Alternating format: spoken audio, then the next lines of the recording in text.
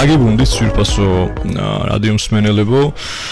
უახლოვდება 2025 წელი და ჩვენს ვცდილობთ რომ ვისაუბროთ იმ ტენდენციებზე, რაც არის შემდგომში მოსალოდნელი. როგორ შევხვდეთ, ახლა პირველ ბლოკში ვინც გვისმენთ, ალბათ თქვენ ხედავთ რომ საუბარი ქონდა სოციო-ეკონომიკური განხრით, ასევე საგარეო პოლიტიკასაც შევეხეთ ნაწილობრივ ფერებს, ასევე ფენგშუის სისტემა, სტრუქტურა, საიდან მოდის.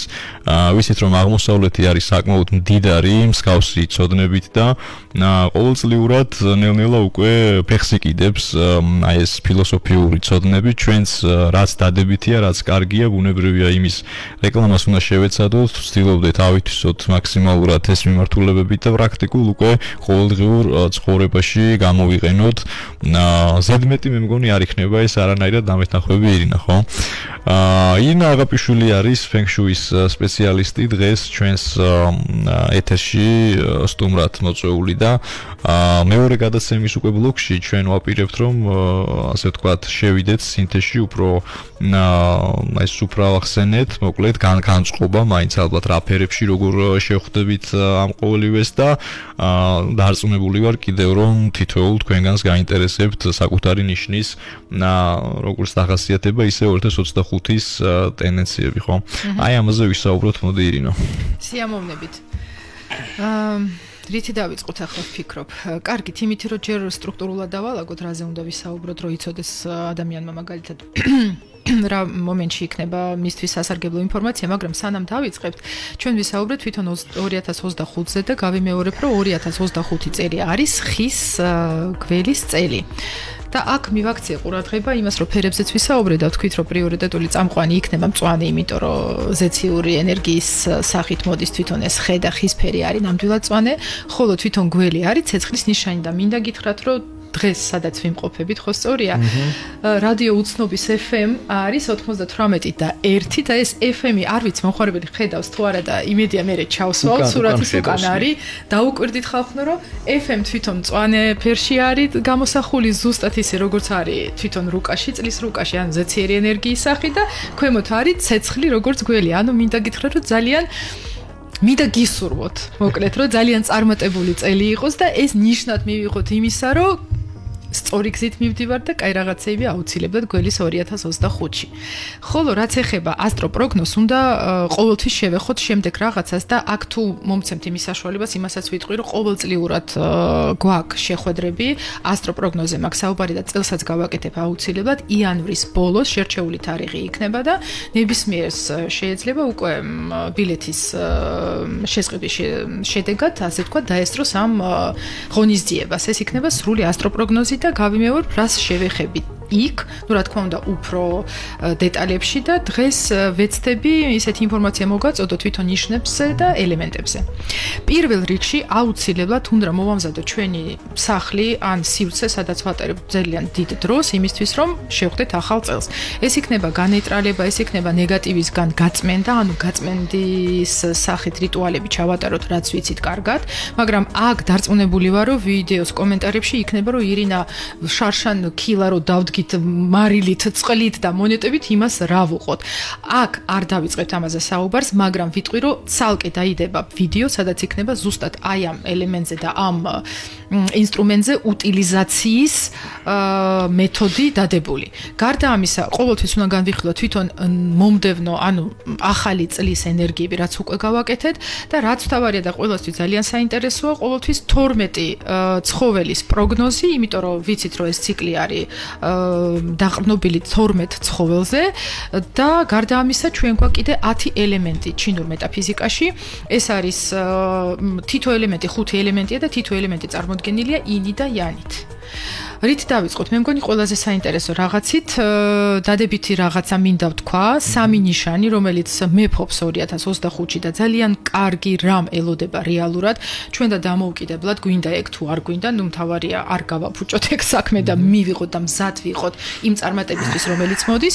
ეს არის თვითონ გველი, ეს იშვიათობა, როცა თვითონ ნიშანი, რომლის წელიწადი მოდის, ასე ვთქვა, წარმატებულად და კარგ ასპექტში არის წარმოდგენილი.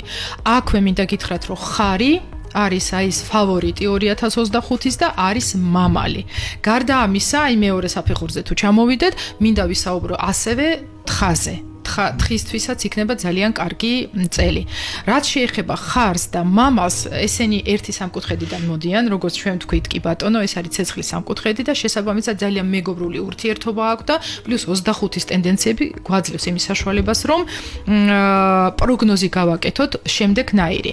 აი ამ სამეულისთვის ძირითადი რაც იქნება, ეს იქნება მასშტაბური და გლობალური ცვლილება ცხოვრებაში, რომელიც მოიტანს ძალიან დიდ შედეგს. შედეგი ამ სამისთვის. შედეგი რაში გამოიხატება იმაზე, რომ პოპულარულობა სასწაულად სწრაფად, სისწრაფეზე რომ მქონდა საუბარი გახსოვს, სასწაულად სწრაფად გაიზრდება. აი შეიძლება დღეს დავიძინო და ხვალ დილით უკვე სხვა ირინა გავიღვიძო. ნუ კაი, ირინა რა მნიშვნელობა ეს გველი ხარი და მამალი. ეს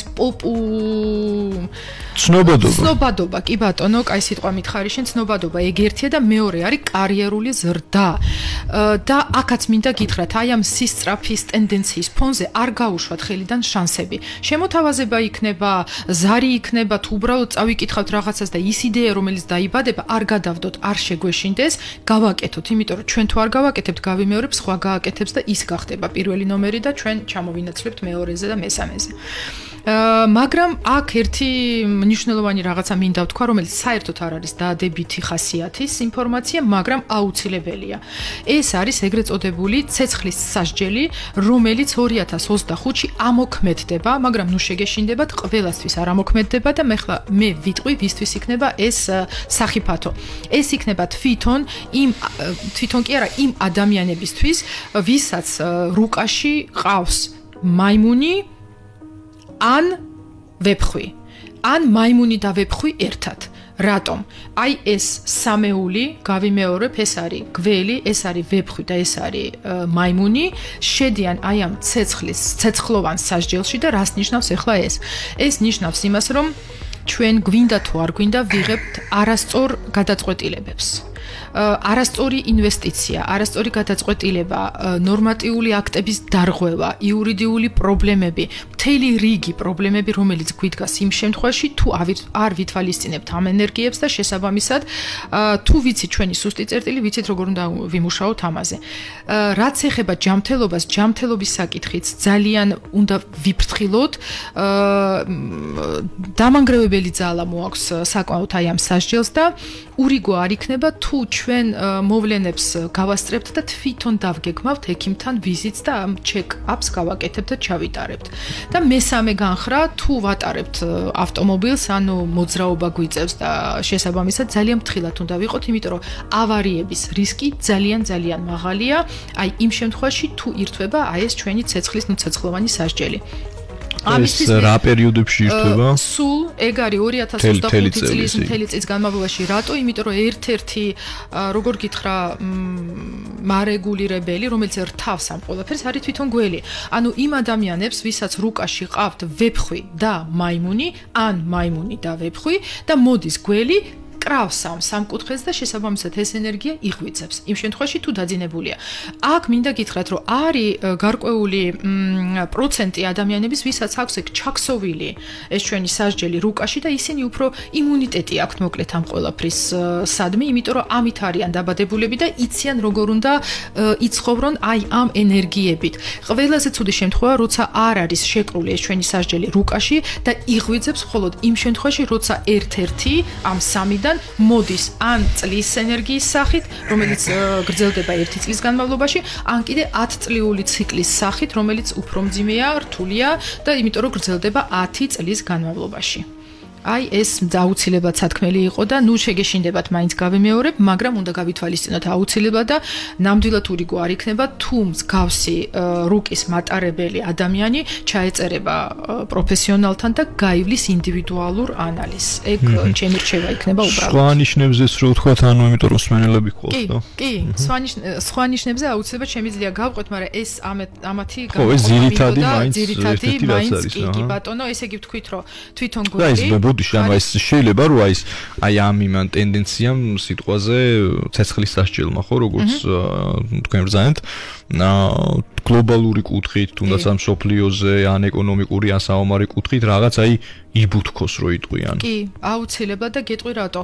მაგალითად 2019-დან მოყოლებული 19, 20, 21, 22-იც ჩვენ გქონდა საერთო რუკაში წლის რუკაზე მაქვს საუბარი, რომელიც ყველას ეხება აბსოლუტურად, წყალი წარმოდგენილი ძალიან დიდი ოდენობით. ეხლა წყალი არ გვაქვს, ქრება და საკმაოდ ძლიერდება ცეცხლი. ეს რისი მაჩვენებელია, რომ არ მინდა ეგ თქვა, მაგრამ მაინც მომიწევს 2025-ში ჩვენ გავიგებთ ძალიან ბევრ ცუდ რაღაცას, ხანძარზე მაქვს საუბარი, აფეთქებაზე მაქვს საუბარი და საომარო მოვლენებებზეც მაქვს საუბარი, რაც ცეცხლთან არის დაკავშირებული და ასოცირებული. ისე აი ეს მოარული ხმები რაც დადის, მაგრამ პრინციპში ვერ იტყვის ხა ადამიანი რომ ლოგიკას არის მოკლებული, ეხა რაღა დავმალო და დასავლურ ასტროლოგიაში ჩვენ ცეცხლის კერების გავრცელების შანსები საკმაოდ მძაფრად გვაქვს 2025-ში და საამისოთ ალბათ მოგვიწევს უფრო გაფრთხილებაც ადამიანების და ისეთი მძლავრი იარაღები როგორც არის ატომი მაგალითად და ასე შემდგომ აი რამდენად არის ამის თუნდაც შანსი ხა გადაჭრით ვერავინ ვერ იტყვის მაგრამ აი რომ დაიძაბოს ამ კუთხით სიტუაცია. იცი როგორ გადაჭრით ნამდვილად ვერა, მაგრამ აქამდე უფრო მაღალი შანსი იყო. იმის და მიუხედავად რომ ცეცხლი გამოდის პირველ ადგილზე და მაინც ამისი რისკი ძალიან მაღალია, მაგრამ უფრო დაბალანსებული იქნება ენერგია იმ ადამიანების, რომლებიც იღებენ ამ გადაწყვეტილებას. აი ესე არის წონასწორებული ეგ ამბავი, აი ცალსახად ვერ ვიპასო. აქამდე რომ გეკითხა, ვიტყოდი რომ კი, ძალიან მაღალი რისკია. მართლაც ესე იყო და შენ ძალიან კარგად იცი, იმიტომ რომ მეც ვკითხულობ შენ სტატიებს, ძალიან საინტერესოა ყოველთვის და გეთანხმები. განსაკუთრებით აი ამ დიდ ასპარეზზე რო ვისაუბროთ და ქვეყნების შორის დამოკიდებულება და ამ ასე ვთქვათ რისკთან დაკავშირებული მოვლენები. ეხლა ამას დაუპირისპირდა აი ეს დაბალანსებული ენერგია, რომელიც მოაქვს თვითონ 2025 წელს.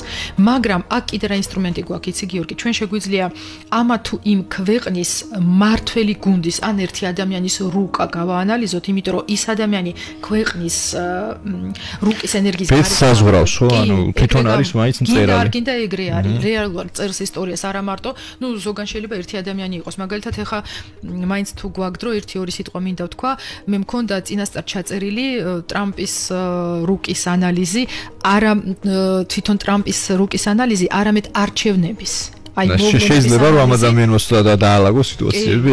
ესე არის ამ შესაძლებელი. ისე დაალაგო ცოტა ალბათ ვიფრთხილებ და ამ სიტყვას არ გამოვიყენებ, მაგრამ შეცვალოს აუცილებლად.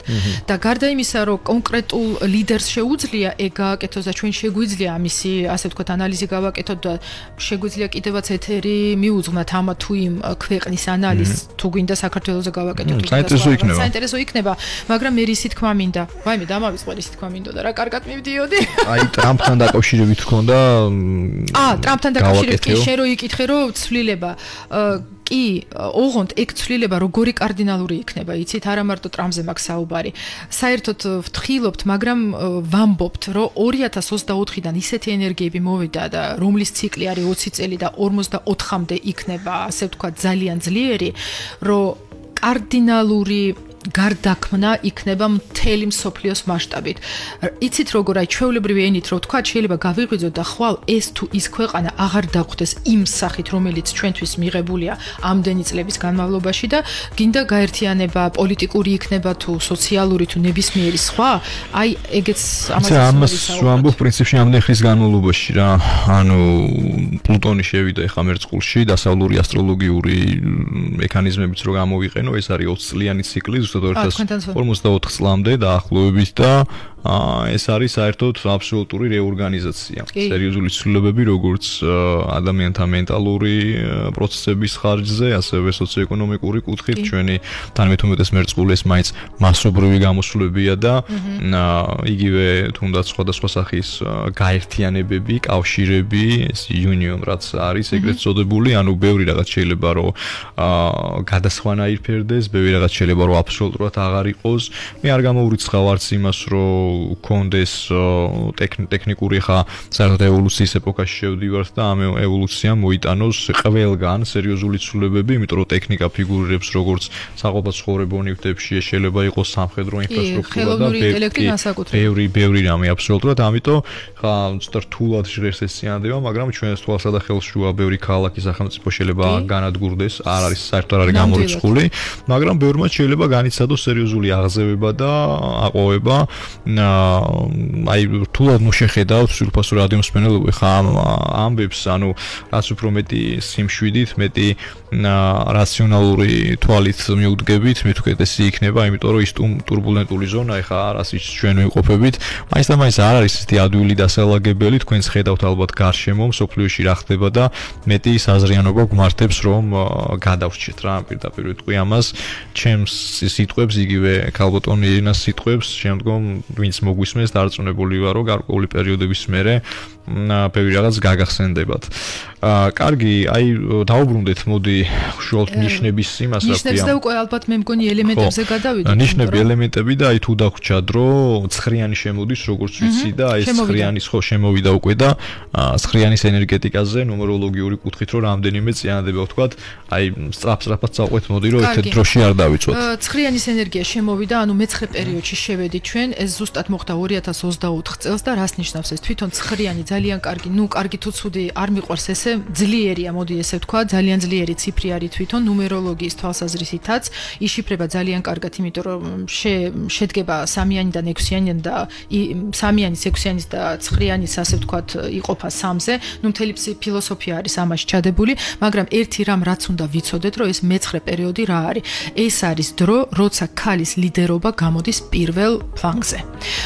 განსაკუთრებით მნიშვნელოვანი მომენტი იყო, იგივე დაუბრუნდები ტრამპის არჩევნებს, იმიტომ რომ დაუპირისპირდა აქ ის ვაიმე მიშველეთ კამალა ჰარისი კი ბატონო და ყველა ძალიან ბევრი ბევრმა მეტაფიზიკმა დადო ანალიზი ის რომ კამალა ჰარისმა უნდა გაიმარჯვოს და არ გაითვალისწინა თვითონ ტრამპის რუკა. აქაც ძალიან საინტერესო შეჯახება იყო, მაგრამ მე-9 პერიოდი თვითონ ეს არის ის მაჩვენებელი, რომ აი ქალის ლიდერობა ნომერი 1 სწრაფი გადაწყვეტილების მიღება, რაც უფრო მძაფრად იქნება გამოხატული 2025-ში და გიორგი თქვენ რაც იხსენეთ ძალიან მომეწონა და ეგ მე გამორჩა და მინდა ეგ ამაზეც გავაჟღერო ყურადღება გავაკეთო, რომ ეს ჩვენი artificial intellect რაც არის, ანუ ხელოვნური ინტელექტი, როგორც დადებითად, ასევე უარყოფითად შეიძლება იმოქმედოს და სიმართლე რო გითხრათ, ცოტა პესიმისტურად ვუყურებ, თუ იქნა ცუდი მიზნებისთვის გამოყენებული. ნუ ეგ ყოველთვის ამის რისკი არსებობს, მაგრამ განსაკუთრებით აი ამ 20 წლეულში ეგ იქნება ძალიან ისეთი თემა. ელემენტებს რაც ეხება ზოდიაქოს ნიშნებს შევეხეთ, ასე თუ ისე ჩვენ 6 ცხოველზე ვთქვით, რაც გველოდება და მინდა ელემენტებს შევეხოთ, როგორც თქვი, 5 ელემენტი არის წარმოდგენილი ეს ჩინურ მეტაფიზიკაში ბაზისში კონკრეტულად და დავიწყოთ თანამიმდევრულად. თითო ელემენტს გააჩნია ინი და იანი, აქ დღეს გავაერთიანებ, თუმცა სხვაობა აუცილებლად არის ინისა და яნის შორის. დავიწყოთ ცეცხლით. მაინც ცეცხლი არის ესეთი ისა, რომ პოზიტივი მოაქვს. ყოველთვის ეს ჩვენი კარგი განწყობა, ყველაფერი კარგი დადებითი мотиваცია, ენერგია, ყველაფერი დამოკიდებულია ცეცხლთან, მაგრამ ის ადამიანები, ვინც დაბადებულია, აქ უკვე დღეზე არის საუბარი, არ შეგვეშალოთ სხვათა შორის ეგეც არის ხშირი კითხვა, რომ ირინაო, აი ამ ცხოველის წელს ვარ დაბადებული და როგორ შევხედო ჩემი ელემენტი რომელია. როცა ჩვენ ვსაუბრობთ ელემენტზე, არასოდეს არ ვუყურებთ წელს არ ვანალიზებთ. ჩვენ გვჭირდება დღე, დაბადების დღე. აი, აქედან გამომდინარე უკვე ვადგენთ თუ რომელი ელემენტის წარმომადგენელი არის ეს თუ ის ადამიანი. მოკლედ, თუ ცეცხლზე ვისაუბრებთ, მინდა გითხრათ, რომ 2025-ში თქვენ გექნება ძალიან ბევრი ფულის დახარჯვის ბიძგი. გაუკონტროლებელი იქნება, ხანდახან რო გონია, რომ ეგ ღირს რო ჩავდოთ და რაღაცნაირი ინვესტიცია გავაკეთოთ, ან თუნდაც შევიძინოთ რაღაცა, აი სულ ტყუილა უბრალოდ უნდა დავხარჯოთ ეგ თანხები, საკმაოდ სოლიდურია, დამოკიდებულია შემოსავალზე, რა თქმა უნდა, და დამოკიდებულია იმ მიზნებზე, რომლისკენ გვიბიძგებს ეს 2025. სფეროებს გააჩნია, ეგ უკვე დამოკიდებულია თვითონ ადამიანის რუკაზე, მაგრამ აი ეგ მომენტი უნდა გავაკონტროლოთ, რომ თანხის ხარჯვის მომენტი არ უნდა გაგვექცეს ხელიდან. ეს რაც ეხება ცეცხლს. შემდეგი ცეცხლის მერე მოდის თვითონ ხე. ხე არის ძალიან კარგი, ძალიან ისეთი წელია, მაგრამ ძალიან სიფრთხილით უნდა მოვეკიდოთ საქმეებს. აი აქ განსაკუთრებით საუბარი არის რაზე იცით, მიზნების მიღწევაზე. იმდენად მიისწრაფებს და იმდენად სწრაფად უნდა ხეებს გადაწყვეტილების მიღება, რომ ხანდახან 2025-ზე მაქვს კონკრეტულად საუბარი, ხანდახან ამ წლის განმავლობაში, აი როგორ გითხრა იცი, აი ესე დახუჭავს თვალებს და იტყვის, კაი, არაუშავს რა, ამასაც გავაკეთებ, ოღონდაც მივაღწიო ჩემს მიზანს. აი მსგავსი რაღაცა არ უნდა დავუშვათ არც ერთ შემთხვევაში და გეტყვით გადამწყვეტი მომენტი რა არის. აი სარკის წინ რო ვდგებით და სარკეში რო ვიყურებით, აი ის ადამიანი რას გვეუბნება, ეგ არის ყველაზე მნიშვნელოვანი. აი მსგავსი შეცდომა ხეებს არ უნდა მოუვიდეს, რომ მე შერცხვეს აი იმ სარკეში დანახულ ადამიანს რომ გაესაუბრება. მესამე ადგილზე კი არა მივყვებით უბრალოდ თორე პირველ ადგილზე არიან კეთილდღეობით და ყველა კარგი პარამეტრის მიხედვით არის მეტალის ხალხი. ინი და იანი ცა გაერთიანებულია, სხვაობა იქნება უბრალოდ მასშტაბში. ორივესთვის გადასარევი წელია, ჯანმრთელობაც კარგია, განწყობაც კარგია, ფულიც შემოდის, ინვესტიციაც სწორი კეთდება. მოკლედ, მეტალებისთვის არის ძალიან კარგი წელი 2025 და რეალურად იცი როგორი ენერგია, მე მიყვარს ეგ ენერგია, რომც რაღაცას ფიქრობდეს არასწორად ადამიანი და იფიქროს რომ მოდი ამაში ფული ჩავდო, ან კარიერული ზრდა, ან ნებისმიერ ან ცოტა მაღალ მატერიალზე რო ვისაუბროთ, მაინც ზემოდან არ დაუშვებენ იმის საშუალებას, რომ დაუშვას შეცდომა. აი ეგ განსაკუთრებული ენერგია და იშვიათად მოდის ხოლმე. ვინ დაგვრჩა? ჩვენ დაგვრჩა მიშველი გეორგი მეხუთე წყალი. ხო, წყალი. კი, წყალი დარჩა, იანი და ინიც საშუალო წელია ორივესთვის აბსოლუტურად, იმიტომ რომ ზემოთ გვაქვს ხე და ქვემოთ გვაქვს ცეცხლი. ცეცხლი წყალთან ცოტა ანტაგონისტები არიან და შედიან, ასე თქვა, დაპირისპირებაში.